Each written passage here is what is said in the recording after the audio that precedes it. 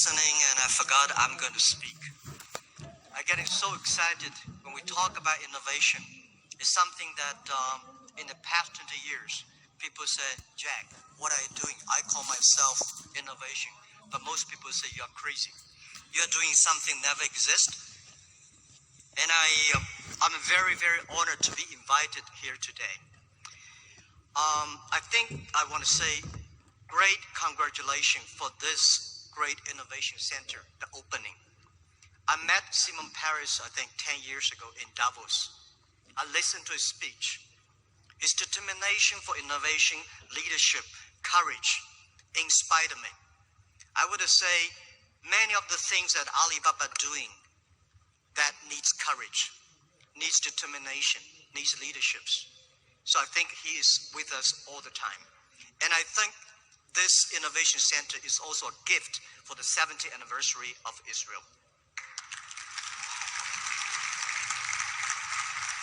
4 months ago, I came to Israel. This is my first trip to Israel. I came with 37 Alibaba senior executives. Why we came here? We got a lot of invitations, but the reason we came here because we had a huge debate among ourselves because of the competition, because of the pressure, because of all these things that are around us, the anxiety. And I say, let's go to Israel. When you are there, you know what competition means. When you're there, you know when the people surrounded you, how you can survive. And after 4 days, visited the government, companies, venture capitalists, and a lot of entrepreneurs, we learned 2 things. First is innovation. Second is chutzpah, the courage to challenge. And we find in Israel, innovation is everywhere. It's just like water, it's just like a food. It's so natural. And I think to not discuss about innovation is the innovation in Israel. People here all talk about this.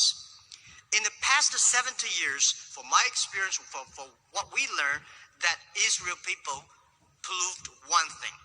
Even you have nothing, you have anything, right? You don't have anything.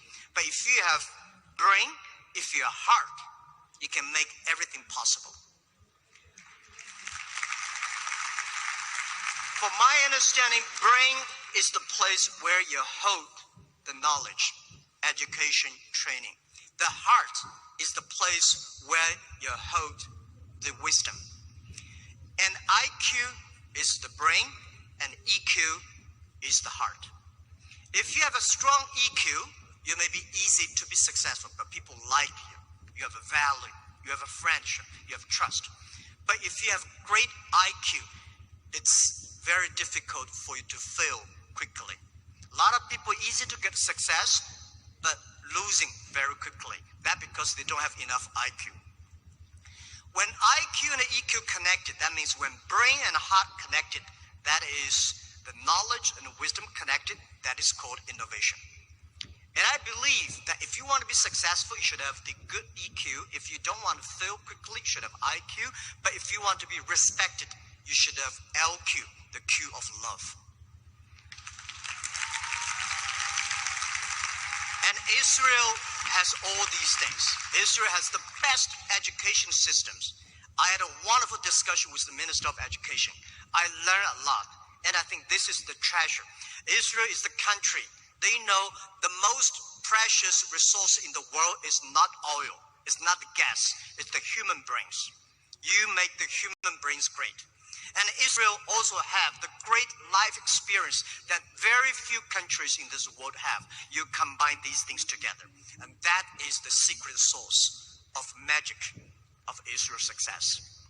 I'm very happy to hear that today the innovation is for better life.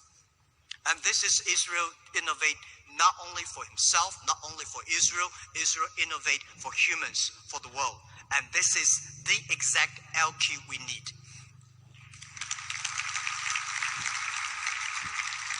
Today I come here to discuss about innovation. Where the idea come from? And people say, Jack, after 19 years being an Alibaba founder and CEO, what you've got? People say you got rich. I think the wealth I've got is that I've known and seen, met so many great people in the world. I remember one story. After Second World War, a grandson asked grandfather, "Grandfather, you joined the war. So are you a hero in the war?" The grandfather said, "No, I'm not the hero, but I have the honor to work with and fight together with all the heroes. I'm lucky enough in the past 19 years, I have the honor to meet so many great leaders and make so many great entrepreneurs, innovators. I think from them, I have the honor. This is my wealth, and I want to share with you. Most of innovations, not because they want to, because they were forced to. Israel, there's no water, no oil, no resources.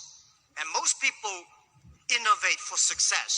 And I find Israel people innovate for survive.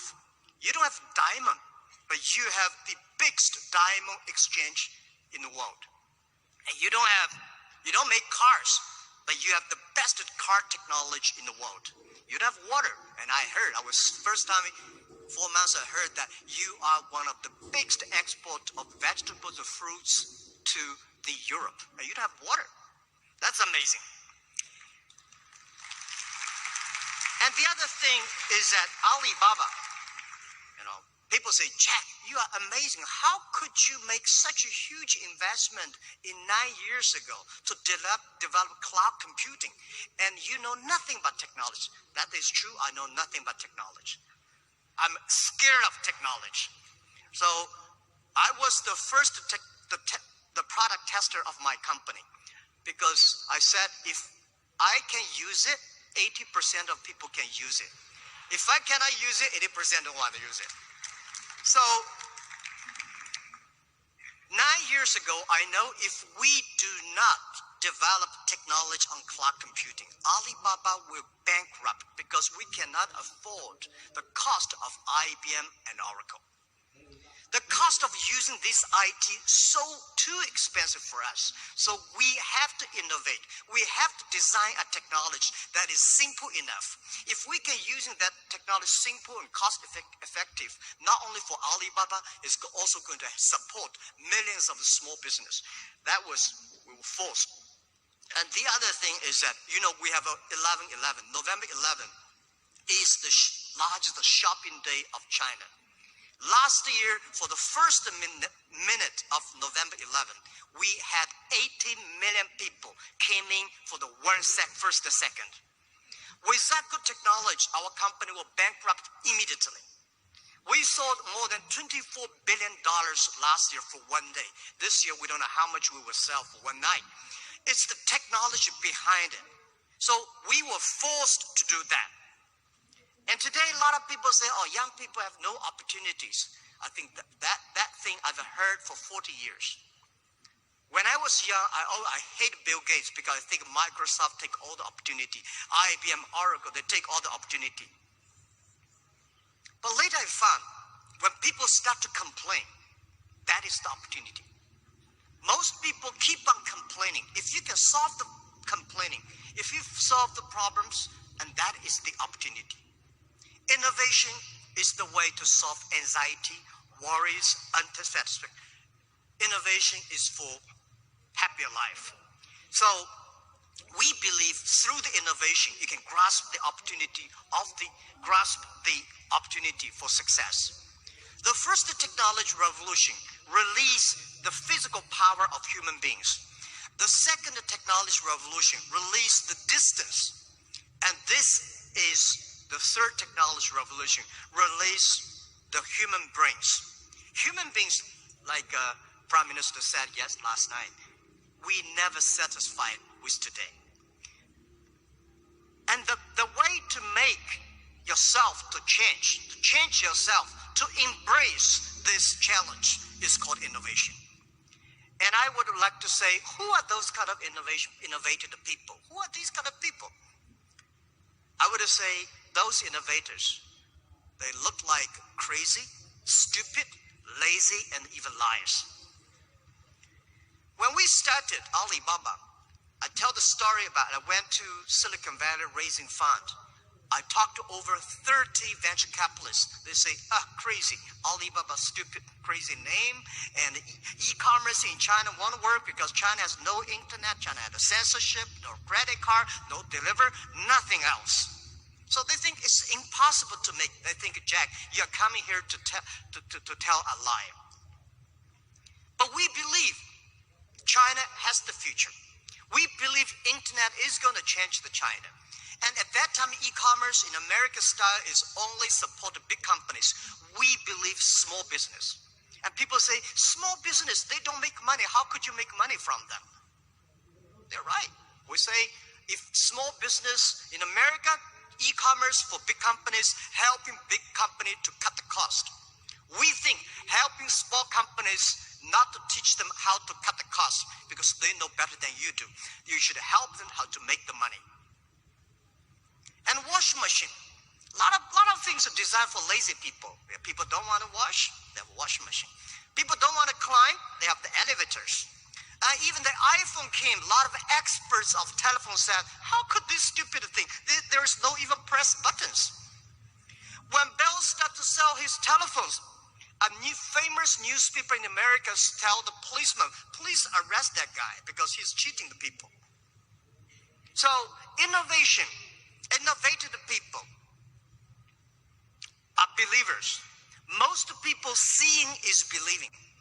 People like us, we believe and we seal it. Innovators, they are not one person, they are a group of people. So when you invest in money in somebody, you should see, does this guy have followers? If you have a group of people who are crazy like him, that would be great. I remember early 2000, I went to the United States to talk about, make my speech about internet in the future in China. I believe internet population in China will be bigger than the USA. People say, that is not true. My reason was very simple. China have 1.4 billion people. USA have only 300 million people. Make everybody online, 300 million, right? So China has a huge potential for that. But one of the guys said, Jack, what you're talking about, internet companies should have values and mission, that is crazy. And I say, sir, please come to my company. So I came to Hangzhou, my company, spent 1 week, and the day he left, he said, Jack, I know you're crazy, but I found 100 people in your companies, they're all crazy. Crazy people don't think they're crazy. They think people outside they're crazy. So, and most of the innovators are not very successful people, because successful people very difficult to change. I never try to convince successful people. They will tell you how they succeed, they will continue to do this. Those people who don't succeed, they always want to succeed. So one of the reasons why Alibaba succeed 20 years ago, we never try to convince those people who are successful. We try to spend time on the people who are 18 years old, 20 years old. They are not successful. So 20 years later, they become successful, we become successful. That is how we did it. Now, most of the people who buy online, they are 35 to 40. 20 years ago, they only spent $2. Now they spend $3,000. That is the difference. Innovation has nothing to do with the technology. Technology is just a way to do. When we talk about innovation, everybody thinks, high technology. It's not about that. Innovation, everybody can do it. Right. Those people who do not know anything like technology, like me, we can find those people, rely on these people, try those people who have the technology. In our site, our Alibaba site, there's one guy selling shoes 48 inches only. And I say, how can this guy sell shoes for 48 inches? And we find out he's very innovative, because people with 48 inches of feet, difficult for him to buy shoes in the shops. There's only one on the online. And there are a lot of innovative ways. Those guys design, lazy guys, they watch TV lying on the sofa. So they design a specific glass that you can lie on the sofa, watch on TV. They sell perfectly. And there are also some guys helping people to write letters to say goodbye to boyfriends and girlfriends, and writing resign letters to bosses. There are a lot of crazy, interesting ideas. They are all wonderful sellers. And most of the innovations today are only talk. Innovation, they think it's an idea. Entrepreneurs make the innovation reality. So we have to show a real entrepreneur have to believe in the future, have to suffer, have to be ready for the terrible lives in the future. So I believe everybody has the ability of innovation, but you just don't spend the time to discover that. And lastly, very important, is the government. Now, we are entering into a new world. This world is going to be very complex, very disrupted, and every technology revolution caused world problem. The first technology revolution caused World War I. The second technology revolution caused World War II. Now we are in the third technology revolution. We should not have a third world war. But if there is a third world war, should be the war against poverty, disease, and environment. These are the things that human beings should fight together and work together. A government should to lead, not to govern. The government should empower and protect the innovation, not control the innovation. And I think the best investment for tomorrow is education. In the past 20 years, thank you. In the past 20 years, we made people like machines. Next 20 years, we will make machine like people. You like it or don't like it, we have to change ourselves. This thing is coming. What we should do to change our education systems, to teach our kids they can do the things the machine cannot do. This is the thing. It's concerned to every family, and every government should pay attention to that. And I think government should also encourage entrepreneurships. I really appreciate Prime Minister yesterday talk about entrepreneurs. It's the entrepreneurships that make ideas reality. Innovation is always going to be destroyed of yesterday. A lot of people who were successful yesterday will not like it. So government should know what not to do. Let me tell you one story. In 1860s, when UK had first the cars came in, automobile coming, they destroyed a lot of jobs of these horsemen. Horsemen at that time are the main jobs of the society. These are white-collar people. They went to the government, pushed the government, say, you should stop these cars because they're going to kill people on the road. It's going to destroy the jobs. So the government passed a law called Red Flag Bill. They do not allow any car drive faster than 7 miles per hour. And they should always follow behind the horses. That stop it. Protect the people for some groups of people's interest, but destroy the whole industry. And the other thing, innovation is interesting, and it's also going to stop by a lot of people. People don't like it. I went to the Museum of Basketball. You know, basketball used to have a basket. People threw the ball inside, and with a ladder to take the ball out. This thing has been last for 18 years. And there's one guy said, why not cut the bottom? And it could be easier. It's a great idea. Much more, basketball become more competitive, but people hate it. It's the people who hate it the most were the guy who with the ladder. He said, I'm losing my job.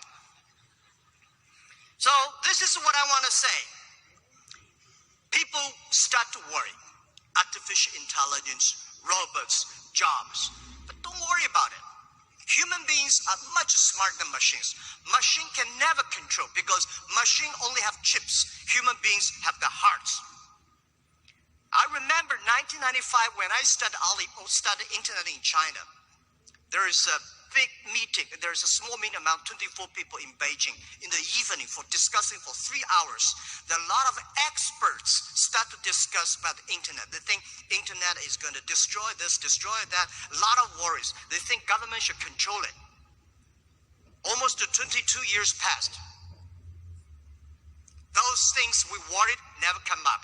Those things we did not worry all came up. And I want to say, don't worry about the future. Young people, don't worry about the future.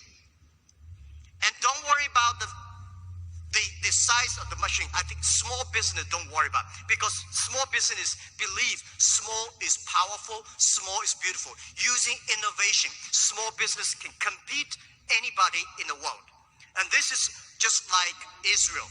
The small is beautiful and small is powerful.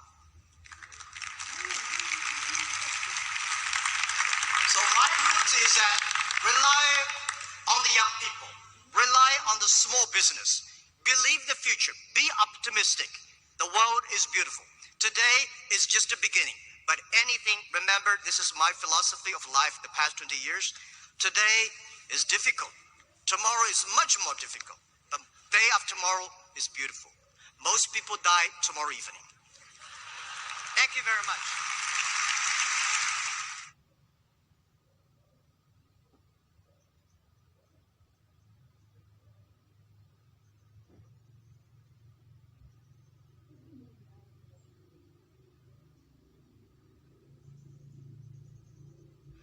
Please welcome Jack Ma.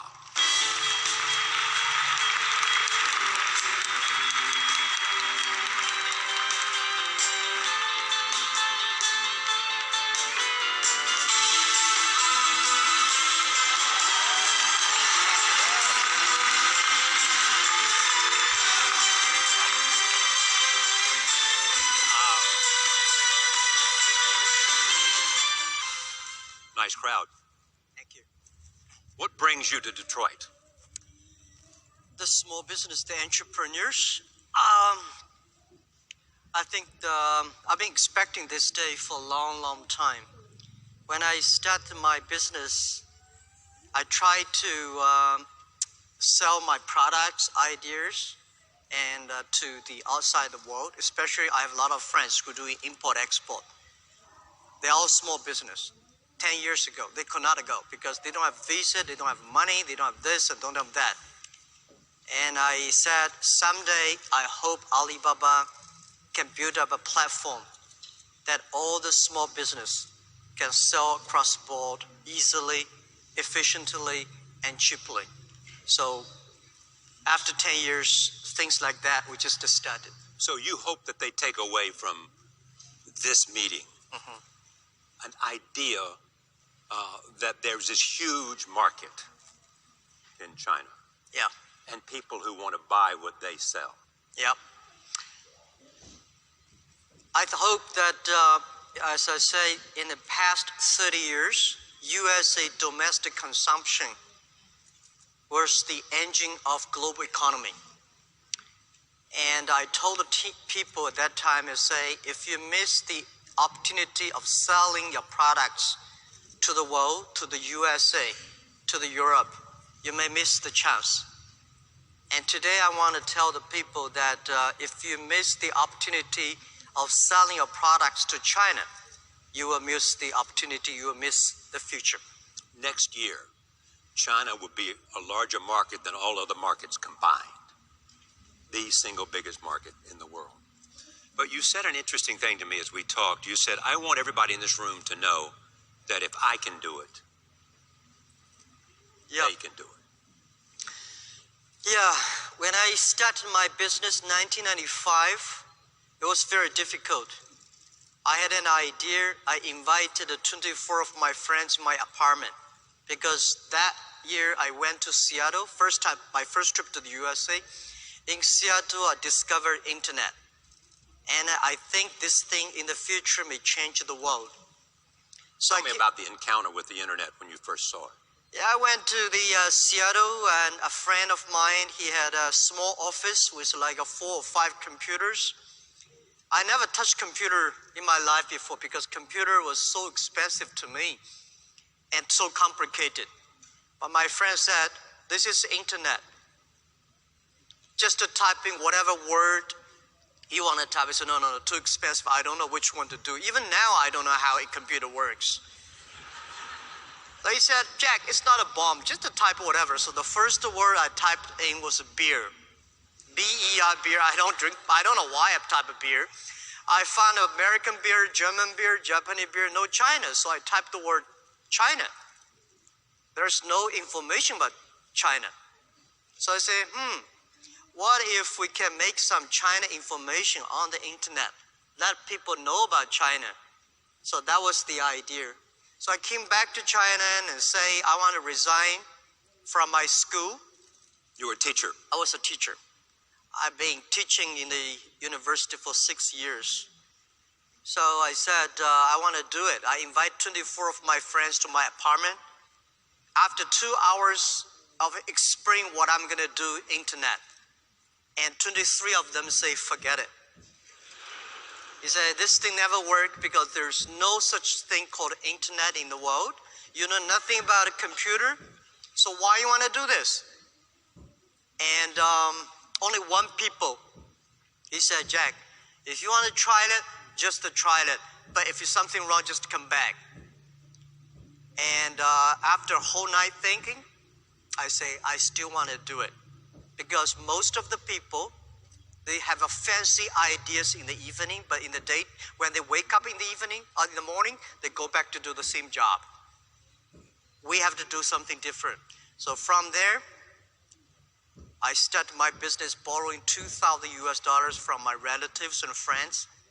So that was my trip. I call myself like a blind man riding on the back of blind tigers. And those people who are expert of riding horses, they all fall down, and I'm still surviving. Was that the beginning of Alibaba? That's the beginning of China Pages. Alibaba was 1999. Since 1995, I started business. I almost failed every project, never survived. So 1995, I got an idea, say, if China is going to join WTO, a lot of Chinese products is going to sell across the board. So if I can make a site that can help Chinese products selling outside and helping the small business in the other country sell to the other part of the world, that was the concept. So 1999, I started Alibaba in my apartment. You have said to me before also that in your mind, 1, 2, 3 is customer, yeah, employee, and shareholder. Shareholder. Yeah. So when you tried to borrow that $2,000, you didn't tell that person that he was number 3. Well, the $2,000 was from my relatives, my parents, and all of friends I got $2,000. But when I raised my money for IPO, even for when Alibaba IPO'd in the New York Stock Exchange, we raised $20 billion. I told the investors, we've been believing customer number 1, employee number 2, shareholder number 3. And people say this is against our American investor philosophy. I remember one of the investors said, hey, Jack, you know, if I know you are shareholder number 3, I would not have bought your stocks. I say, sir, please sell it. Because I believe there is so much money in the world. There is too much money in the world. But we only need the money who believe in our vision and mission. Because I believe if the customer are happy, employees are happy, the shareholders will be happy. But if the shareholders are happy, may not necessarily customer happy, and may not necessarily your employee will be happy. When you look,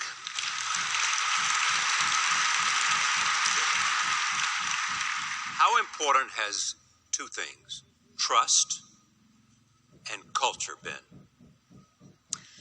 Well, trust is the most important thing, as we discussed this a few minutes ago. If people give me, when I had no money, because when Alibaba started, 18 founders in my apartment, I told everybody, say, put all your money savings on the table, leaving the money for 10 months food and room, rent yourself. The money you have put on the table, I want to gather the money, and nobody should borrow the money from parents. Nobody should borrow money from friends, because I don't want to make your parents and friends bankrupt because doing Alibaba. So 18 people, we gathered $50,000 US. We started Alibaba in my apartment. And those people, actually, none of us has money. But if somebody say, I give you $1 million US, and I give you trust.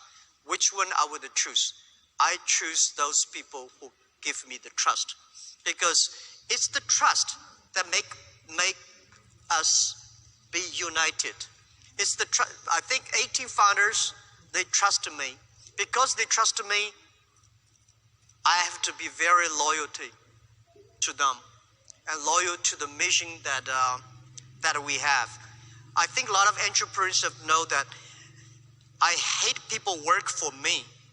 I want people work for the mission that we agreed together. Because you don't want people work for me, because people like me, when I look further, this guy's handsome. When I get closer, he's so ugly. Everybody in the world is the same. You should not get closer. Further is good. So you think, oh, Jack is great, but if you get closer, not necessarily. I will be angry, I will be unhappy. But when people trusting in you, that's the most valuable things. I think later when we got a lot of venture capitalists invested us, the thing they noticed is that because my team trusts me and I trust my teams. So this is the trust. The other is about a culture. I think the knowledge-based period, if you want to have a smart people work for you, the smart people need to be managed by culture, not by rules and laws. So in our company, we spend most of the time about the culture. And the base of the culture is the trust. So this is what we believe. China has changed. Think back in 1995 when you were in Seattle, 1999. How has it changed between 1999 when you started Alibaba and today in 2017? Well, when I went back to China in 1995 with an idea of internet was very strange. China was not connected to the internet. So I tried to talk to a lot of my friends that what is internet? Nobody said, this thing never work. This thing never exist. Because it's true, because people even say Jack is a liar because he's trying to steal money from people telling us there is an internet. So when I go to the China company registration office, I said, I want to register a company called Hangzhou Hope Internet Company. The guy looked at me and say, this is the English dictionary. Tell me there's no word called internet. Why you want to register a company called internet? So I cannot register a company name. But in 1995, in later August, China was connected to the internet. I was number 7 person connected to the China internet. In order to prove I was not lying, I invited my friend who is a TV man. Take the TV camera, they all stay in my home, and they just try to take the picture. I dive from Hangzhou to Shanghai to America to connect the internet. It took us 3 hours and a half to download the first front page. At that time, there is no Netscape called the Mosaic. So I have to make like 100 stars to keep my journalist friends to stay and wait, because to prove that I'm not telling a lie. So how big is Alibaba today?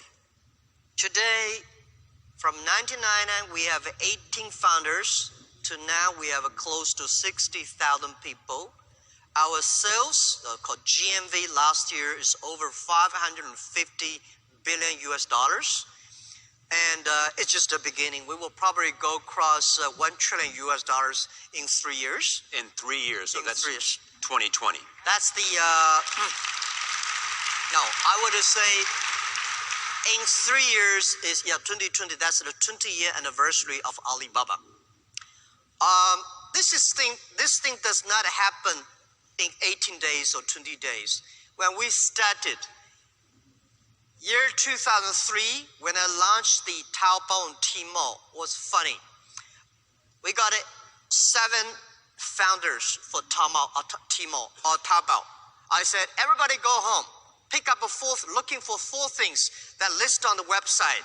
So we see who will come to buy, how much things we can sell. So we went home.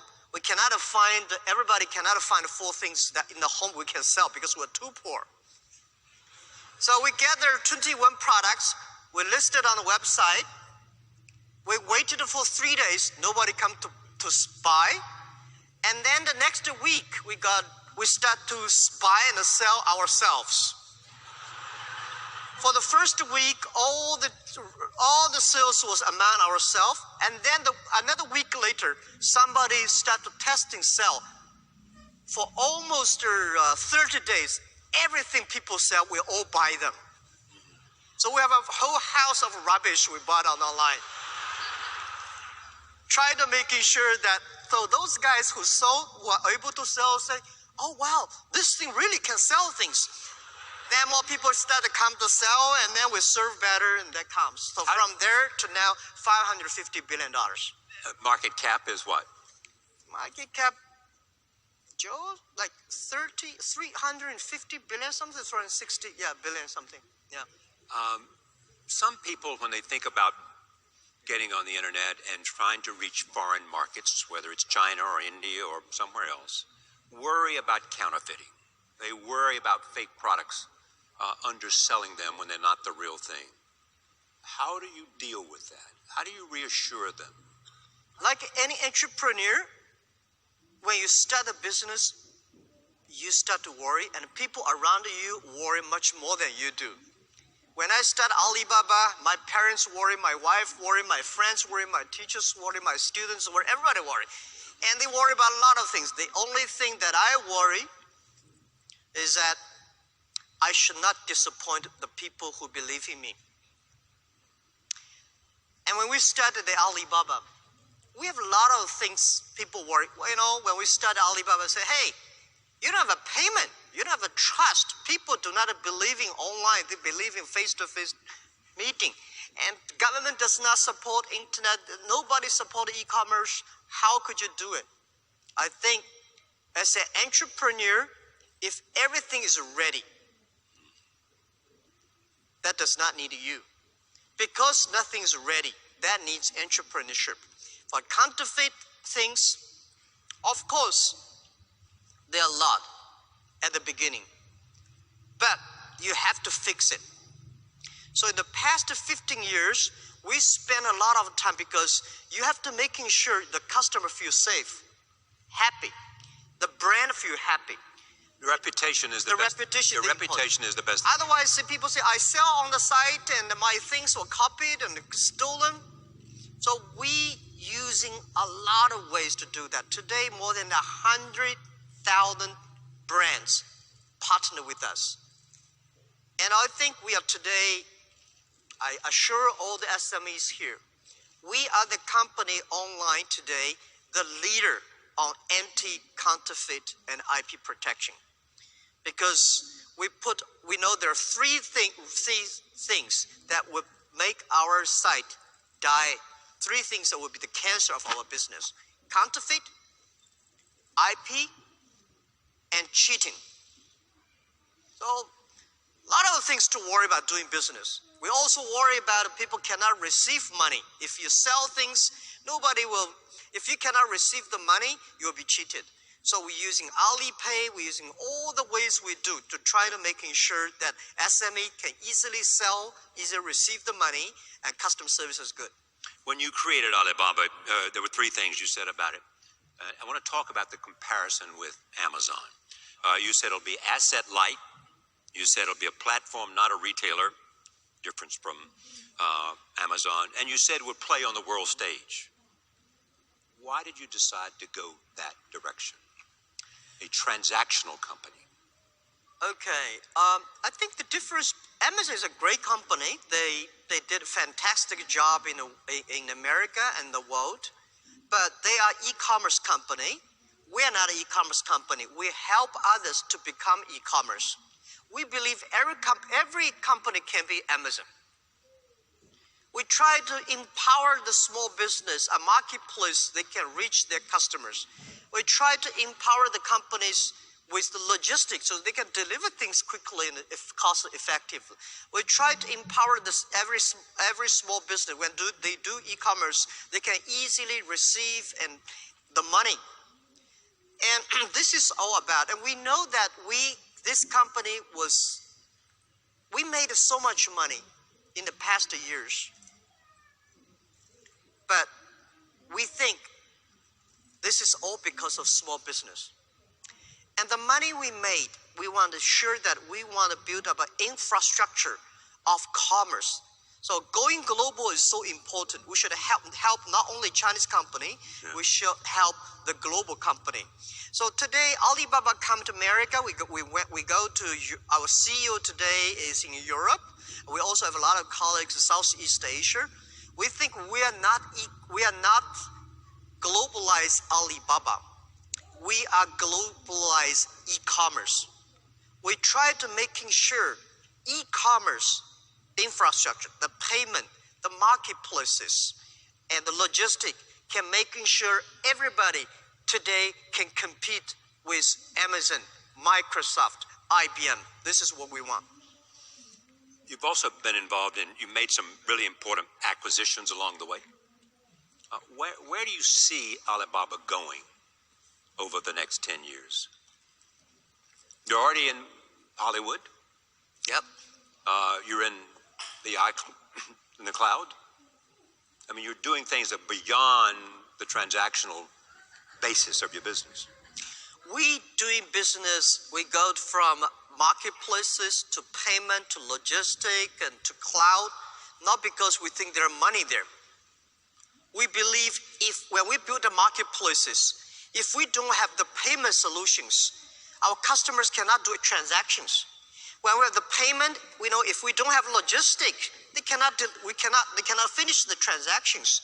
And when we have a lot of transactions, we say if we don't have cloud computing, the cost of IT for our customers is too expensive. So we do all these things not because we think there's money there, because we know if we don't do that, our customer cannot finish their job, their work. Our mission is helping doing business easier. So our company must be a mission and vision driven. Why we are on the Hollywood, the entertainment?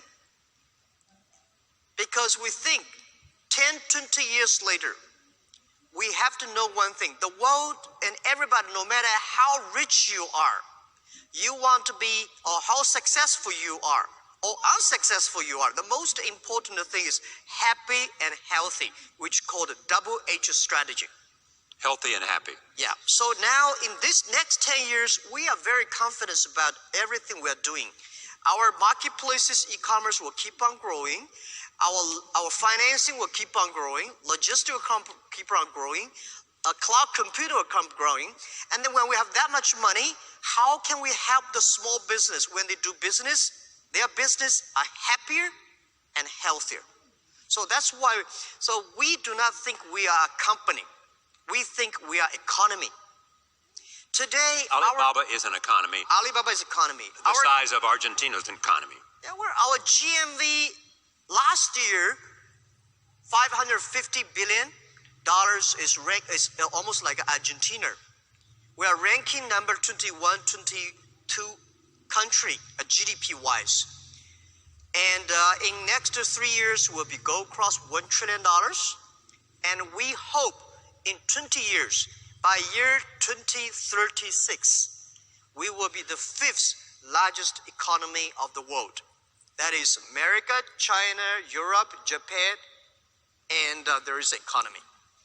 We believe that economy, there will be a virtual economy that every small business of the world can leverage that economy.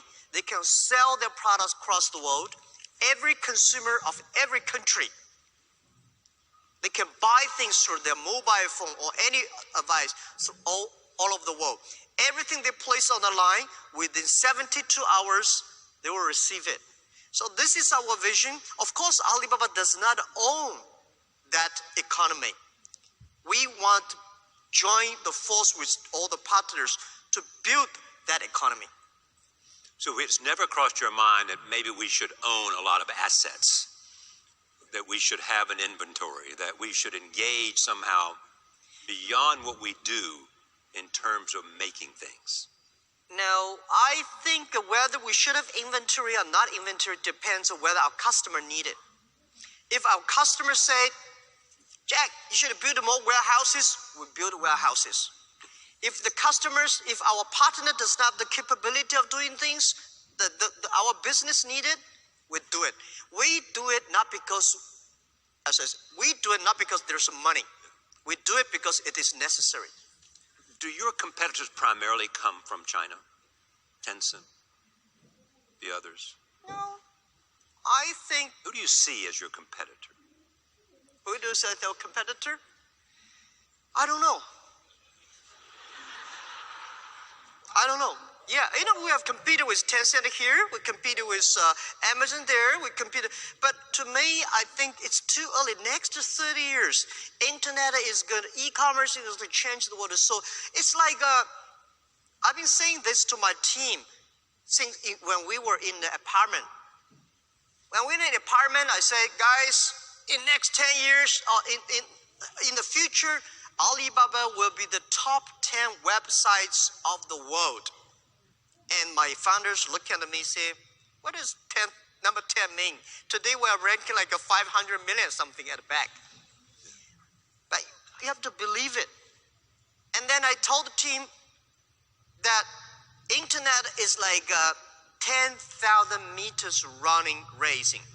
We just finished the first 100 meters yet.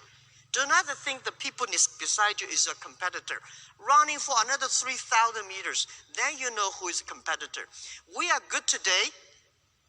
We may not be good if we lose our hope, if we lose our vision. You lose your culture. If we lose our culture and team, we're nothing. Most of the companies, they were so good. When Netscape was so good, we never thought it would disappear. Yahoo was good. We never thought like it today. So don't believe you'll be good all the time. Be paranoid. Yeah. What was it Andy Grove said? Yeah. Only the paranoid survive. So I think it's honest as the entrepreneurs, do not think your neighbor Tom is a competitor. I think look at the thing you do is do not focus your eyes on the competitor. You are too small to focus yourself on your neighbor or the competitor. Focus your customers. Make your customer happy is important. Most of the big companies, when they talk about competitors. I think my suggestion one day, giving you guys when you go become bigger, when it comes to China, most of the American companies, internet companies failed in China. One of the reasons is that they spend too much time on making their boss happy rather than their customer happy. They spend too much time on competing, not long-term strategy. So as the entrepreneur, the always number one priority is customer and employee. What's your role at the company? You've given up the CEO position to Michael Evans. You are still the face of Alibaba. You're traveling the globe all the time, preaching the Alibaba story. You are the visionary. You are the one who thinks about where Alibaba might be. How do you define your role today? I have 3 things to do. When I retire from CEO position, I told my CEO and teams, I promise when I'm a chairman, I'm still learning to be a chairman.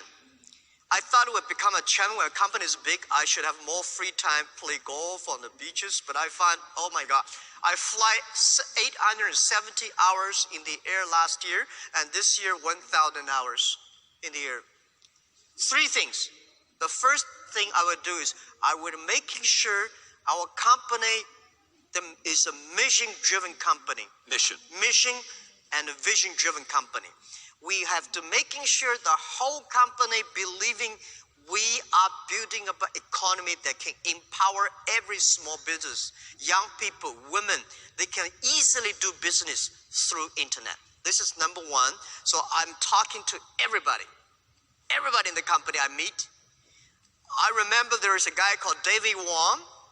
That was early days when I came to America, talk about the internet, about a value mission of the company.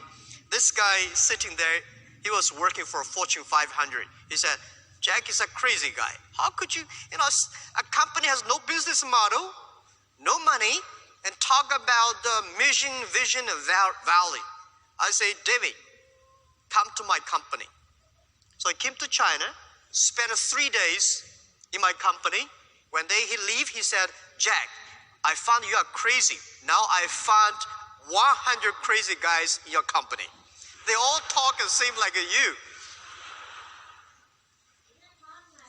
A company, if you have 100 crazy guys, we do not think we are crazy. We think the outside world are crazy. Yeah. So this is very, very important. And also, I think for the first 3 years of Alibaba, we had no revenue, no business model. And I told the team, forget about the money revenue today. If you want to be a long-term company, the only thing think about is customers. The best revenue for our first 1 or 2 years, the best revenue is what? Is the email of thanks. That's the best revenue. If the customer sends you an email saying, you are great. I was so happy early days when I went to a small restaurant, people will pay my bill with a small note to say, Jack, thank you very much. I know you do not make money, but we made a lot of money through your website. Yeah. I like that. Even now today, I had a lot of customers, they pay me something, It's not a bribery, but there's a boy, he's in the hotel, he opened door for me, he said, Jack, thank you so much. My wife makes more money than me on your site. So this is the best. Yeah. And I want to keep this culture in the company, keep on going. So, the second thing is culture, the people. And the third is build up a healthy environment for Alibaba. So Jack Ma doesn't worry about a damn thing. Oh, I have a lot of things to worry about. So what do you worry about? I worry about the company. We have a big vision, but we may disappear in 3-4 years. Because you're disrupted by something you can't imagine today. We do, because the world changes so fast. I worry a lot. The artificial intelligence may take a lot of jobs away. And I worry about if we do not move fast enough, if we do not innovate enough, if we do not spend enough time and giving simple, easy products, application, technology for small business. Most of small business cannot survive in the next 10 years. If the small business cannot survive, we cannot survive. And so what does small business need to survive? Today, I would say next 10, 20 years, the small business, no matter where you are, if you do not try to globalize your business through internet, you may not have a business opportunity. It's not like I do local. Local business in the future is going to be more and more competitive. Think about it. How can you sell products across the board? Your products, your chocolate, people in your village already know about the tongue in your village. But the people in China, they never know. They love these things. So think about it. How can you sell your products across the board? This is, I think, can face. Yeah, I mean, you gave a speech in which you talked about the warning for decades of pain unless you recognized the coming advent of artificial intelligence, robots, yeah, and a whole range of things that could challenge yeah, how you had been doing business in the past. Yeah. You also have mentioned retirement. Yep. Jack Ma at what? At 50-something. Yep. Thinking about retirement? Yeah, I'm preparing because I tell you. You said you've been preparing since you were 40. Yeah. Think about retirement. When I leave university, I was 30 years old. And my president of my university said, Jack, one day you want to come back? Anytime, you're welcome. I said, President, I will not come back in 10 years. So I thought when I'm 40, I can go back to teach. But when I'm 40, oh my God, life was so tough, so tough. My company almost in big trouble. So I said, I should not leave. And then I say, when I'm 45, I should retire. When I'm 45, I cannot stop it. And then I start to prepare, say, people say, Jack, you are the next Bill Gates. I say, I cannot compete with Bill Gates, but I can compete with Bill Gates who can retire earlier. And I can compete with him who can empower the more small business. So year 2012, I retired from the CEO. And I have my own goal that I will retire from chairman someday, and I'm going to be preparing that since years 2012. The thing is, I don't want to die in my office. I want to die on the beaches. How much time do you wait. How much time do you spend on the beaches now? I don't have time spent on the beach. That's why I always dream one day I will on the beaches. Because remember, when we were young, nobody gave us chance. Now we're big. We should give young people a chance. Young people do much better job than we do. This is what I think. And I think the world can be great, can be prosperous without you. When you die, people cry for 3 days, or maybe less than 3 days, they forget you. So, build up a good system for your team. It strikes me. Giving chance for them. It strikes me tonight, and since I've known you, that part of you is always a teacher. I mean, you're teaching tonight. You're telling about my experiences and what you can learn from the journey I have taken.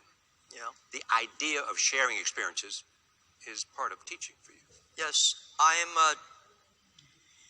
was trained to be a teacher, and I benefit because I don't know anything about technology, computing. I still puzzle about what is software, how software can work, and I do not know about accounting, marketing. I know very little about that.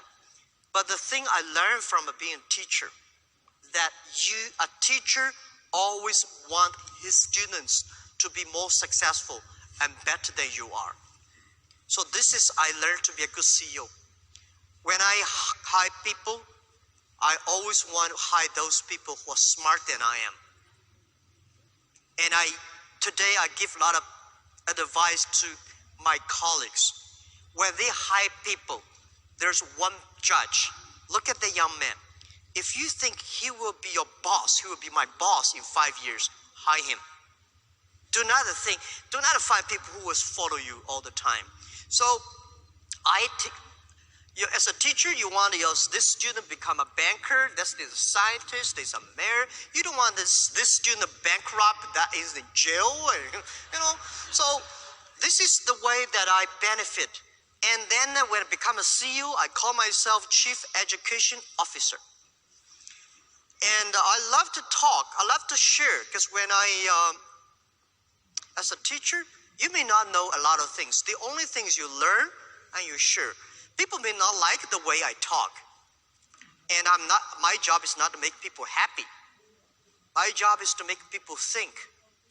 This is the way we did.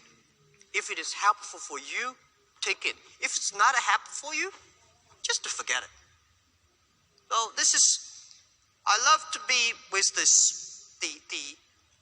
the entrepreneurs, because you guys reminds me the past 18 toughest years that we've got.